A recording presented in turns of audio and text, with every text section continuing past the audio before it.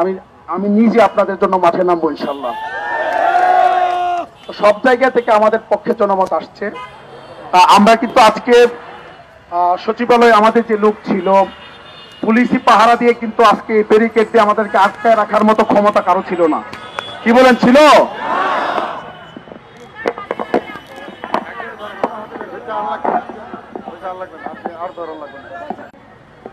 পাহারা দিয়ে আর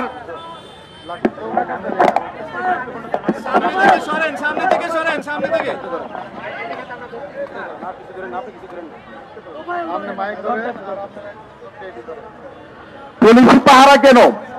আজকে আমাদের যে শিক্ষকের জনস্রোত নেমেছিল, যে জনসমুদ্র হয়েছিল, আমি গাড়িতে বসে আমাদের মিছিলের দৃশ্য দেখছিলাম, যেভাবে লোকে লোকারণ্য হয়েছে, যেইভাবে আমাদের শিক্ষকরা আজকে মাস্টার সচিবালয়ে অংশগ্রহণ করেছে, যেভাবে অংশগ্রহণ করেছে, কোন বাহিনী দিয়ে আজকে আমাদের এই জনস্রোতকে আটকানো রাখা সম্ভব ছিল না। কিন্তু আমরা শিক্ষক, আমরা এমন কোন কাজ করতে চাই না যেই কাজের দ্বারা সরকার বেকায়দায় পড়বে। আমরা অন্যান্য শ্রমজীবীদের মতো আচরণ করতে পারি না, অন্যান্য পেশাজীবীদের মতো আমরা কাজ করতে পারি না। সেই জায়গা থেকে আমরা প্রশাসনকে সহযোগিতা করেছি। ব্যারিকেড না ভেঙে শান্তিপূর্ণভাবে আমাদের শিক্ষকরা, আমি সরকারকে বলে দিতে চাই, এই সহযোগিতাকে যদি দুর্বলতা ভাবেন তাহলে আপনারা প্রকার রাজসংঘে প্রবাস করছেন। আমাদের ধৈর্যের একটা সীমা আছে। আমরা খোলা আকাশের নিচে খেয়ে না খেয়ে পড়ে আছি, সময় মতো নামাজ পড়তে পারছি না, সময় মতো খেতে পারছি না। এটা আমাদের সকল শিক্ষকের একই অবস্থা। থাকার জায়গা নেই, ওয়াশরুম নেই, আমাদের শিক্ষকদেরকে রাত যাপন করতে হচ্ছে। এই কষ্ট যদি সরকার আরো বেশি দীর্ঘায়িত করে, আমরা কিন্তু প্রশাসনকে সহযোগিতা অব্যাহত রাখা সম্ভব হবে না। আমরা ইতিমধ্যে সিদ্ধান্ত নিয়েছি, আগামীকালকে ঠিক 12টায়, আগামীকাল 12টার মধ্যে যদি প্রজ্ঞাপন জারি না করা হয়, ঠিক 12টায় ব্লকেট শাহবাগ কর্মসূচি পালিত হবে। আমরা 12টা সময় পর্যন্ত অপেক্ষা করব। এর মধ্যে যদি আমাদের প্রজ্ঞাপন না আসে, আমরা শাহবাগ মোড়ে অবস্থান নিব কালকে। আমরা আগেও বলেছিলাম আপনাদেরকে যে আমাদের সেন্টারটা হবে শহীদ মিনার, কিন্তু আমাদের আন্দোলনের মধ্যে ইতিমধ্যে সাংবাদিক ভাইরা লক্ষ্য করেছেন, আমরা কিন্তু ওখান থেকে আজকে সচিবালয়ে এসেছি এবং কালকে শাহবাগ, এরপরে যদি যেতে হয় যমুনার দিকে হয়তো আমাদের যেতে হতে পারে। তো আমরা চাচ্ছি না একেবারে প্রথমে যমুনাতে যেতে, কিন্তু আপনারা যদি আমাদের কষ্টকে দীর্ঘায়িত করেন, আমাদের পিঠ দেখে তো দেয়ালে ঠেকে গেছে, আমাদেরকে হয়তো যমুনা অভিমুখে মার্চের করি আমরা। এরপরেও যদি সরকার আমাদের দাবি মেনে না নেয়, এই যে তো কর্মসূচিও হাতে নেওয়ার আমরা চিন্তা ভাবনা করছি, খসড়া আলোচনা হচ্ছে। সর্বশেষ যদি আমাদের শিক্ষা উপদেষ্টা 2 দিন ধরে, আমি আশা ছিলাম ইন্ডিপেন্ডেন্ট একটি চমৎকার রিপোর্ট আমি দেখছিলাম যে আজকে এবং কালকে সারা বাংলাদেশের ম্যাক্সিমাম শিক্ষা প্রতিষ্ঠানে, বিশেষ করে এমপিভুক্ত শিক্ষা প্রতিষ্ঠানে শ্রেণী কার্যক্রম বন্ধ হয়ে পড়াশোনা একেবারেই বন্ধ হয়ে গিয়েছে। অথচ দেখেন আমাদের শিক্ষা উপদেষ্টা মহোদয়, কোটি কোটি শিক্ষার্থী পড়াশোনা থেকে আজকে বঞ্চিত, তার এগুলো নিয়ে কোনো চিন্তাই নেই। সে মুখের মধ্যে কুলো পেটে বসে আছে, ঠিক কিনা? আজকে যে শিক্ষকের কারণে, যে শিক্ষার্থীর কারণে আপনি শিক্ষামন্ত্রী, আজকে সেই শিক্ষকরা খোলা আকাশের নিচে খাই নাই। আমি জানি অনেকে খাই নাই। আরে শিক্ষা উপদেষ্টা এত শিক্ষক না খেয়ে পড়ে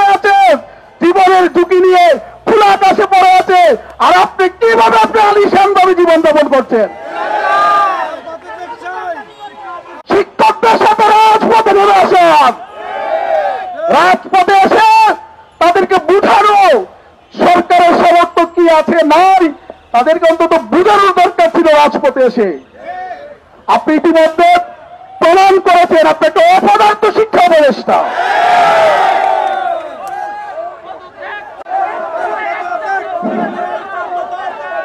আমি স্পষ্টভাবে ঘোষণা দিতে চাই, আমাদেরকে ঠেলে দিবেন না আপনার পদত্যাগের আন্দোলনের দিকে, আপনি আমাদেরকে ঠেলে দিবেন না। আজকে আন্দোলনের ঢেউ সারা বাংলাদেশে দাবানলের মতো ছড়িয়ে পড়েছে। আপনারা মিডিয়াগুলোতে দেখেন, প্রায় জেলাতেই, প্রায় উপজেলাতেই, প্রত্যেকটা শিক্ষা প্রতিষ্ঠানে ঢাকা ইউনিভার্সিটি, যেটা বাংলাদেশের রাজনীতির সূতিকাগার বলা হয়, এই ইউনিভার্সিটির ক্যাম্পাসে কিন্তু আমরা অবস্থান নিয়েছি। আপনাদেরকে জানতে হবে, ডাকসু নেতৃবৃন্দ কিন্তু কালকে বলে গেছে আনুষ্ঠানিকভাবে, এই আন্দোলন যতক্ষণ দাবি না আদায় হবে ততক্ষণ পর্যন্ত আপনারা থাকবেন। ডাকসু, ঢাকা বিশ্ববিদ্যালয়, এই শিক্ষা তারা কালকে বলে গিয়েছে। সুতরাং প্রশাসনকে বলবো, আমরা আসলে আমাদের সন্তান তুল্য শিক্ষার্থীদেরকে তাদের কাছ থেকে আমরা দূরে থাকতে চাই না। যদিও আমরা আমাদের জীবিকার তাগিদে ডাল ভাত খেয়ে বাঁচা করার জন্য এখানে পড়ে আছি, কিন্তু আমাদের হৃদয়টা আমাদের শিক্ষার্থীদের কাছে পড়ে আছে, আমাদের প্রতিষ্ঠানে পড়ে আছে, আমাদের শ্রেণীকক্ষে ফিরে পড়ে আছে। আপনাদেরকে অনুরোধ করব, যত দ্রুত সম্ভব প্রজ্ঞাপন জারি করে আমাদেরকে আমাদের সন্তান তুল্য শিক্ষার্থীদের কাছে ফিরে যাওয়ার ব্যবস্থা করে দেন। না হলে আন্দোলনের দাবানল যেইভাবে ছড়িয়ে পড়েছে, অনেকের মস্তক দিয়ে টানাটানি শুরু হয়ে যাবে বললে দিলাম। আজকে মস্তকে যদি থাকেন, কিন্তু যখন মস্তন্না না থাকবে সকল মাতব্বরি কিন্তু চলে যাবে, কিছুই কিন্তু আর থাকবে না। আজকে আজকে আপনি কত বড় ব্যর্থ একজন শিক্ষা উপদেষ্টা, আমার শিক্ষককে প্রেস ক্লাবে পিটিয়ে রক্তাক্ত করেন, জাতীয় প্রেস ক্লাবের এই খোলা চত্বরকে রক্তে রঞ্জিত করা হয়েছে। আমাদের শিক্ষককে পুলিশ বক্সের ভিতরে ঢুকায় তাকে থাপ্পড় মারা হয়েছে, জামা ছিঁড়ে দেওয়া হয়েছে। আপনি একটা ব্যর্থ শিক্ষা উপদেষ্টা, আপনি ব্যর্থ উপদেষ্টা। আপনি কি মনে করেছেন আপনার আন্দোলন আপনি থামিয়ে দিবেন? পুলিশ বাহিনী দিয়ে বাংলাদেশের জনগণ 5ই আগস্টের পরে প্রমাণ করেছে, কোন বাহিনী টাহিনী দিয়ে কোন যৌক্তিক ন্যায্য আন্দোলন এই বাংলাদেশের মানুষ বন্ধ করা মেনে নিবে।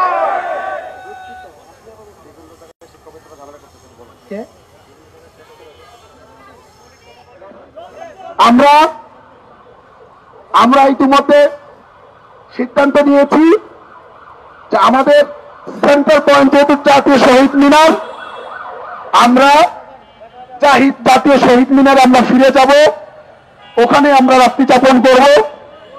রাত্রি যাপন করার পরে আগামীকাল সকাল 12টা পর্যন্ত আমরা অপেক্ষা করব।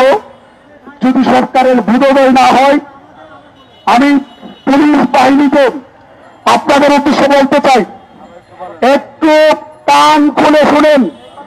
আবার বলছি, একটু কান খুলে শুনেন। এতদিন আপনাদেরকে সহযোগিতা করেছি, আগামীকালকে ব্লকের সহভাগে যদি কোন রকমের বাধা তৈরি করা হয়, শিক্ষক সমাজ এই পুলিশ বাহিনীকে প্রতিরোধ করবে।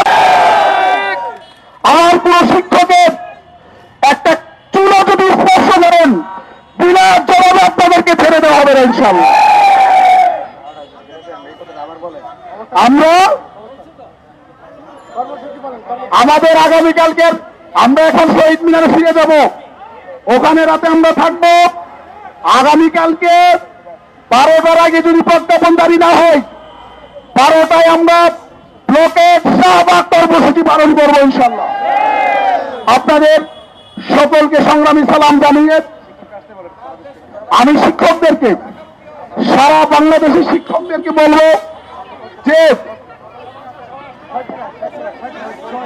আমরা শহীদ মিনারে থাকবো রাতে।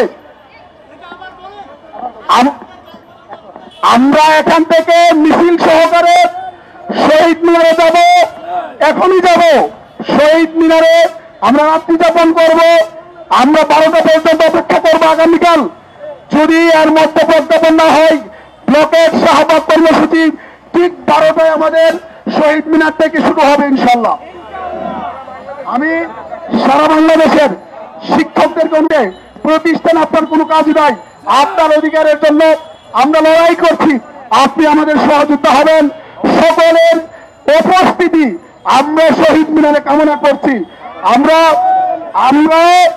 শপথ করেছি কোন অবস্থাতেই প্রজ্ঞাপন ছাড়া এই শহীদ মিনার থেকে আমরা যাব না, শ্রেণীকক্ষে যাব না ইনশাল্লাহ।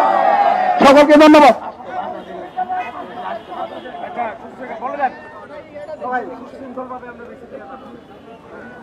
আমরা মিছিল নিয়ে আস্তে আস্তে আবার চলে যাবো। দর্শক আপনারা দেখলেন আমরা মিছিল নিয়ে চলে যাবো, কিন্তু কথা বলছিলেন এবং কথা বলছেন তারা কিন্তু বলছেন তারা শহীদ মিনার অবস্থান নেবেন এবং অবস্থান নিয়ে তারা কাল কিন্তু ব্লকেট কর্মসূচি পালন করবেন।